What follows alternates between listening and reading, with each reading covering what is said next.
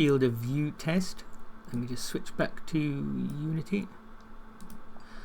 Okay, all the blocks you can see that are coloured right now are in the field of view. Anything that is not in the field of view is just not drawn at all, so you'll be able to see the black background. Now I've got the player is a pangolin, and the player is here like this, cute little pangolin, and I've got a first person camera which moves around. You can see the first person camera does not affect the field of view, it's just purely so we can get different views of everything as we go around. Now at the moment you'll see the player is there, and we've got some field of view missing bits behind pillars, and on the other side too, much as you would have in two-dimensional field of view. And we can begin to see down a corridor on the right hand side, and we can begin to see down the corridor on the left hand side. Now let's just for a second, I'm just going to move backwards and move outside this building. Now what you can see now is when something is in player memory, as in it's not in field of view but we have seen it before so we know what it is, it's drawn a darker colour. It probably should be drawn a little bit darker or tinted dark blue or something, but that's the way it is at the moment. Now I've turned off all ordinary shadows in the engine, everything's just flat shaded, because otherwise it gets a bit confusing with the field of view looking like a shadow and shadow looking like a shadow. So what we can see now is, as we've moved outside there, we now can't see in that room. We go along here, along here, along here, and we can now begin to see inside that room. You see, in a diagonal line of field of view there, and wham, as we go there, we can now see most of the room. And that, and that, and that, and that. Okay, let's move back into the room. Now let me show you the pillar behaviour a little bit. What we see really is pretty much what we would see in a two-dimensional normal field of view when we're dancing around a pillar, which is some suboptimal things and some okay things. For example, if I move right up to the pillar, you can see a nice shadow there. That's perfectly acceptable, that's what we would want. And in fact, even as we move away backwards like that, there's no gap with the pillar, which is quite nice. If we move to the left of the pillar, we have a nice shadow there, well, lack of field of view. Move to the right, same thing on the left hand side. However, if we move one to the side and one back, we will notice there is an annoying field of view square right there. And if we actually try and look from the pangolin's position, there is no fucking way we could see that. But this happens in two-dimensional field of view routines too, and it could be tweaked, but we'll just note it down for the moment.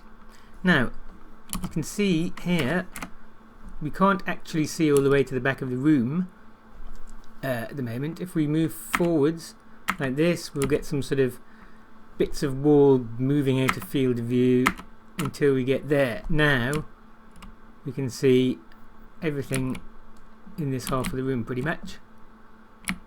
That's all out of field of view, that's fine. All down here is out of field of view, that's fine. And there's some bits around the pillars which are out of field of view. Again, we've got that annoying gap, but there you go. Now let's just move into the center of the room. Let's go behind here, oops, not too far, and move to the right, and we'll just move past some pillars to give a little animation effect like da, da, da, da, da, da, da, da, da. Not too bad, not too bad. Now down here we've got a 3 wide corridor. It's nice, you can see all of the corridor, apart from, you know, there's a bit of wall missing there on the other side, a bit of wall missing there. This is all due to the way we're drawing the field of view with Bresnam lines. Obviously it's just too steep the line there to actually catch that final bit of wall. It almost sounds like I know what I'm talking about. Now we'll move into this, which is a 1 wide corridor. Very annoying. So we'll try and get the camera in there. Okay. Now we'll move. Actually, we'll move this way first.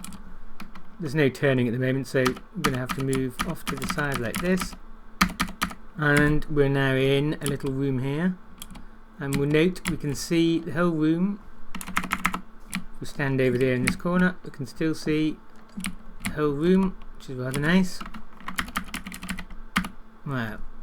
If we go there, we can't see the corridor, we can see the beginning of the corridor. Move there, we can see a bit more of the corridor. There, we can see lots of the corridor. And on the other side, just the same as it was on the first side. Now let's scoot down the corridor again. And I'll show you the room on the other side, which has got a pit in it, which I've just walked across to defy gravity. And again, we can see all of this room, apart from a tiny bit of the ceiling there, which if we move across, will come back into field of view. There you go.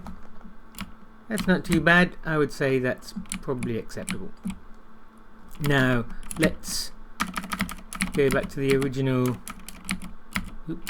corridor. I think that's it. And I'll show you a big room. Off the right hand side of this first room with the pillars, we've got a corridor with little red windows. Now let's go into this room. And to start with, you see, we can't even see anything at all. It hasn't been drawn. It's not in player memory. And here's a little pangolin coming in. Wham! We can see a lot of the room. Now it's a big room, so we can't actually see all of it, and it's a bit annoying. Look, there's a bit of floor missing there. If we move backwards into it, it's okay, but then we can't see that. We probably should be able to see that bit of floor there. Now, if there was something on top of that floor, for instance, if there was a little kobold or something sitting there, we'd probably be able to see that, but we can't actually see the floor. So, if there was a pit there, we wouldn't be able to see it, which is not ideal. Now, this is a big room. We've got three little holes in the ceiling, and we've got a kind of a ledge with stairs. There's some stairs here. They go up, and they go across, and it's a ledge, and it's basically to show off the sort of 3D features of the engine, because previously we've only been seeing 2D sort of shadow casting basically translated into 3D. So now we're going to try and actually look at how 3D field of view does differ. So we'll move a bit into the room. Now we still can't see the back of it. Move back here. Now you notice now we can see the stairs apart from that one right on the left hand side. Now we can see all of the stairs. We're missing parts of that wall because we're too close to it to see it. And we can't see that right hand side of the room on the floor. Now we can't see behind the stairs there. I mean, there probably wouldn't be anything there, but let's try moving around the stairs and see. As we move left there, the stairs are blocking out a lot of the wall behind, and there you go. We've got a real hidden area there that things could sneak up into, sneak up to you in that hidden area. We can't actually move up the stairs now, but if we could, we'd be able to see what it looked like from up there, see what we can see of the floor from up there, probably be able to see all of it. Now we're going to move around these stairs a bit and see about that ledge. You see, we can't see on top of that ledge now. That's good. We can move under the ledge, and now lots of wall and all the stuff on the ledge is out of field of view. Now you see, because it's a bit weird in 3D, because in 2D something is either lit up in field of view or it's not. And I forget the phrase lit up because we're not talking about lanterns, we're talking about being in field of view. In 2 dimensions you've got one cell and it's either in field of view or it's not. If it's in field of view, we're drawing a square. Now because it's 3D field of view, obviously, if something is in field of view, we're drawing a cube. So the whole cube is either in field of view or it's not. See these stairs here? Each one of these, that's the size of a cube, basically the same size as a plate. Each of these cubes is either in field of view or not. There's no sides to it, in the sense that, you know, basically if this was a monster, you can see the monster.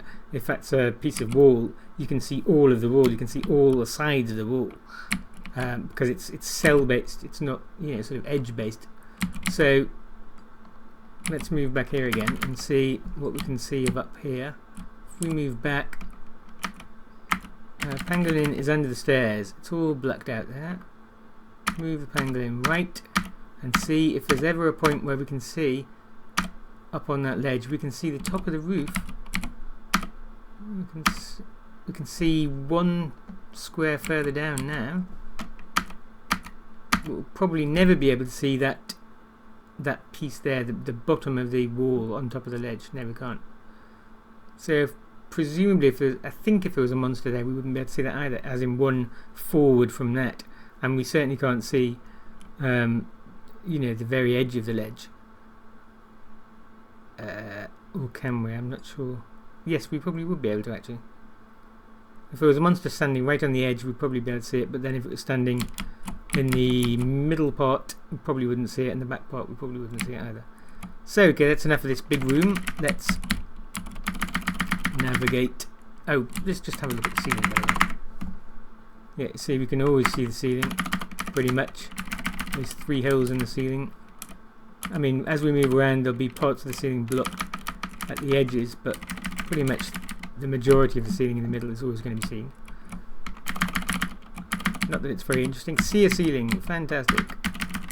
Go on holiday, to a dungeon, see a ceiling, buy some fish and chips. Right, we've been in there, we've been forward from there. Now let's go down this left-hand corridor. Now we've got an example of a T-intersection. And some outside out there. Now, what we're going to do is we're going to move into the middle. This is a 3-wide corridor. Standing in the middle of the 3-wide corridor. And there's a T-junction there. Now, that's blocked off now. We can't see that. It's outside field of view. As we begin to move left, again, more and more of the corridor is seen.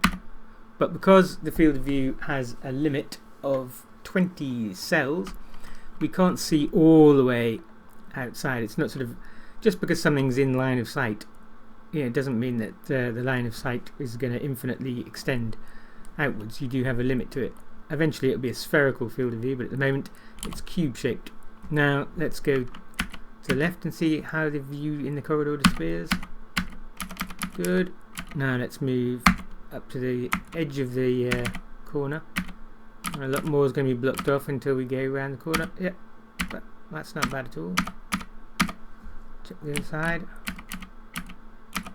Yeah, that's not bad. Let's move down here to the left. And we've got a little room with some pillars in again. Oh, notice we can't see the floor over there until we get quite close. Until we get really close to it. Let's see.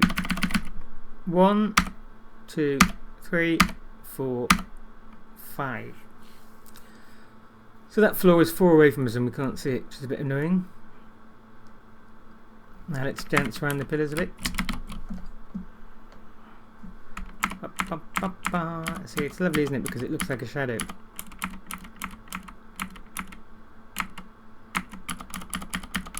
I'm not sure how actual lanterns would look in this system. But see, again, it's that one annoying block. We can always put in a little routine to deal with pillars and things like that and give us that extra square. It's only 1 square really. It's that square there, or maybe that square as well, I don't know. I mean, probably if you said, oh, should you be able to see this square, you know, should you be able to see this square, you know, no, you probably shouldn't. Should you be able to see this square? No, you probably shouldn't.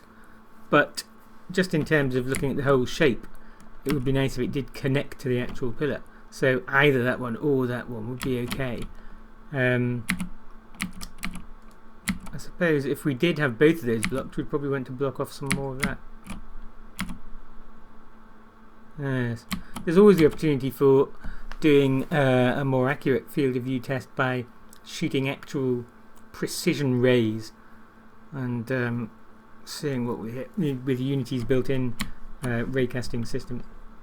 There's there's another way. This is the field of view that I'm using now is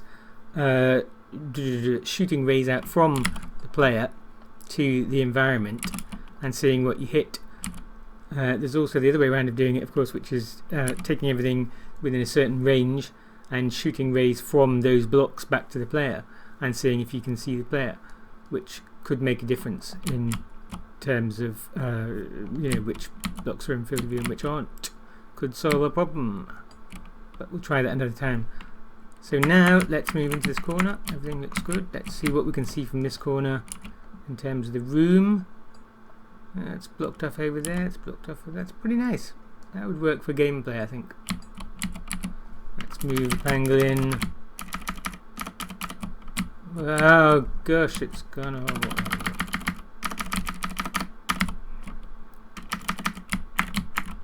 Right, now we're going to go outside, and I've got a little test area here to show some outside features. Straight ahead of us we've got some what are going to be sort of guard towers, so they're basically sticks with platforms on the top and then little red blocks to represent the sneaky little skeleton or kobold archers which are going to be up there. Also available to test, we've got basically the outside of the dungeon, which, we might have some outside levels and want to see what they look like.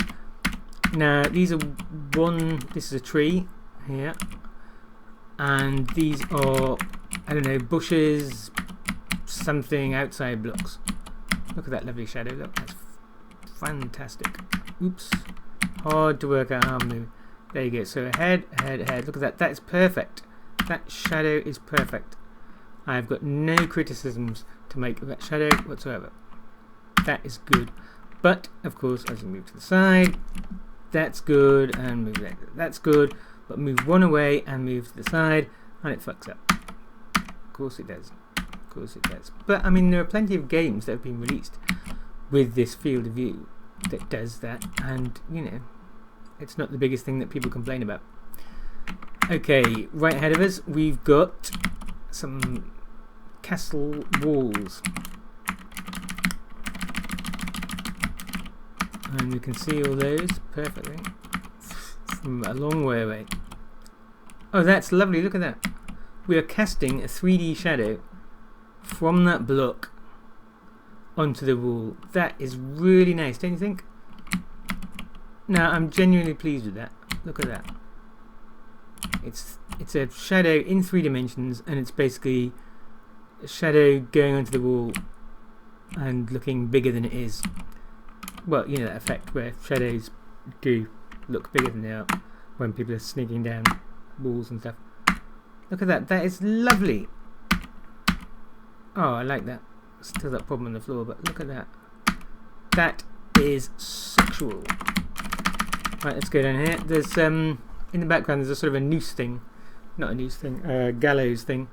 Like a hangman thing, it just goes in a little curve. And we'll notice some of that is out of field of view and in as we move past the battlements. That's pretty sexy. We've got a little tower there with a red person. It's supposed to be like an archer, say. So as we move there, we can see the archer now. We can see the archer now. If we move to there, we suddenly can't see the archer because it's blocked by that white block on the tower. That's good. That's good. Move up there, we now can't see the archer, but the archer won't be able to see us either. Now, let's look at these little sort of guard tower things. When the red things become dim, then it means the person's out of field of view. They can't see you, you can't see them. So let's see what happens. Let's walk up to this first tower. Bam, it's gone. At what point has it gone? Right there. Move there, move up to it. Let's move back, okay? Going back. 1, 2, 3, 4. Now we can see it. It's good, so the archer can see you, but if you are storming the tower to try and take the archer out, when you get to this point they can still see you, but then one more, aha, now they can't see you.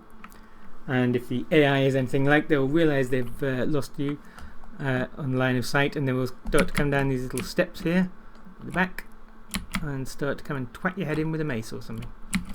Let's move to the side now. Let's see, it's still all out of view at that distance. And we'll move in and go off to the side. Is it possible to get to the side far enough to see? Yes, there we go. Now we can see that one on the left there, and then we can't. So that's good, that's good. Now with the lower tower, oh, let's see the distance there. It's, you can see you in that one, you can see you in that one. If we go one forward, he can't see you in that one. Oh, he can't see you in that one either. Doesn't make any difference.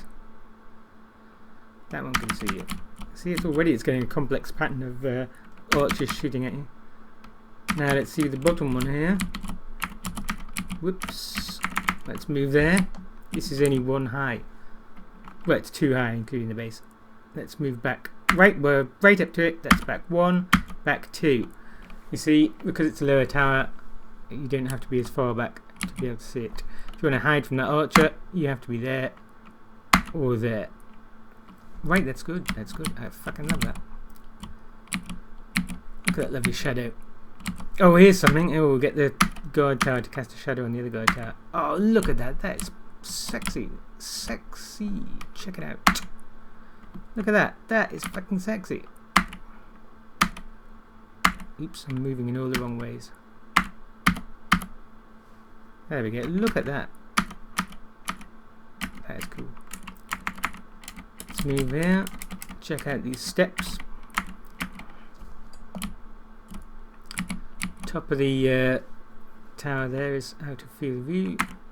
Now it's in field of view. You can't see the side of the steps. Bum, bum, bum, bum.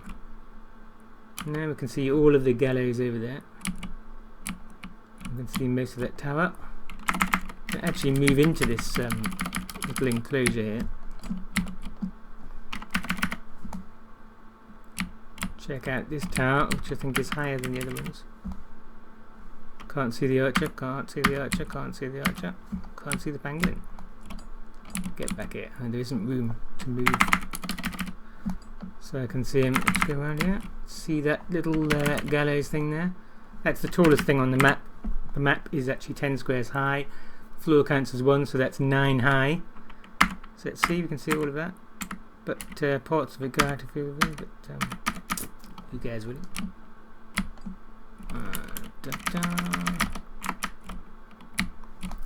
We're by the battlements. Everything outside the battlements there is hidden. Oh, look at that. See, look.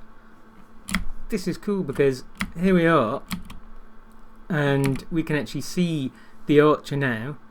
Imagine the penguin's facing the other way so it doesn't look stupid. But then you can see the archer there, you can see you. We move there.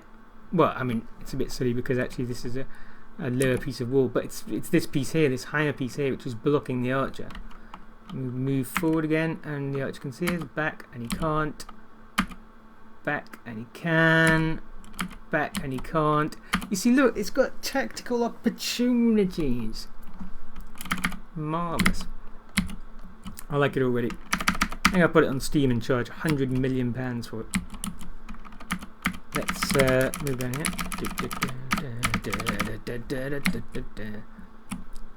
Right, this is the outside of the dungeon. You can see all of it, pretty much. As we move around there, corner goes out of scope, as it were, goes out of field of view. Around here. Bum, bum, bum. Can't see all the way to the back there. Let's try moving into it.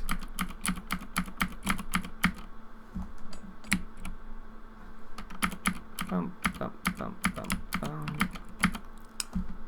Definitely floors need some adjustment, I think. You see, it's weird because I'm further away from that floor now than I was before. And it doesn't go out of field of view. When I was in that big room inside, I think I had to be 5 away. 1, 2, 3, 4, 5, and the floor next to the wall disappeared. Not sure why that is. I've got some debug code that draws little spheres to show the rays. It runs quite slowly with that on though, so, and it looks abysmal and atrocious, so I'm not showing you it here, but I can go back in and debug that and find out why there's this differing floor behavior, with floor going in and out of field of view. Let's see, this all looks nice.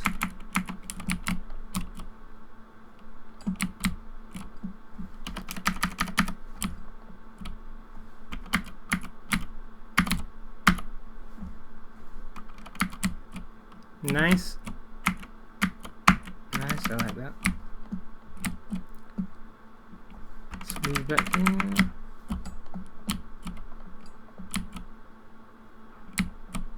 Oops. That's pretty good. You know, if this was a finished game, I don't think this field of view would be terrible. I think it shows that field of view in 3D, you know, it can work, and not only can it work in terms of being acceptable, in terms of, you know, aesthetics, it can actually give you new tactical opportunities that don't exist in a two-dimensional roguelike. I'll tell you one thing though, moving around big maps like this with no repeat on the keystroke is very tedious.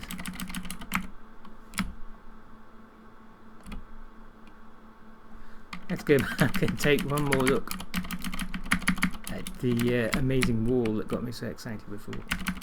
There's the bush that drew the wall. The bush that drew the shadow on the wall.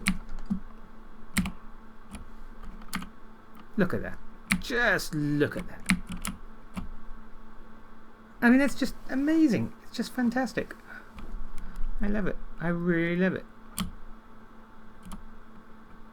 I do. I bet you could get even better things than that. You could have, if you had a longer field of view and you had a really big solid wall there and you had some sort of interesting shapes here, they would cast, you know, realistic looking shadows. And, you know, if you used higher resolution, then I mean basically you've got some kind of primitive shitty ray tracing. Well, ray casting. And, you know, before you know it, your computer's ground to a halt because you're casting so many rays. But no, I mean this isn't optimized at the moment, so I've got some wiggle room. It's nice, nice. Okay, back to coding. Thanks for watching. Clickety click click, clickety click click.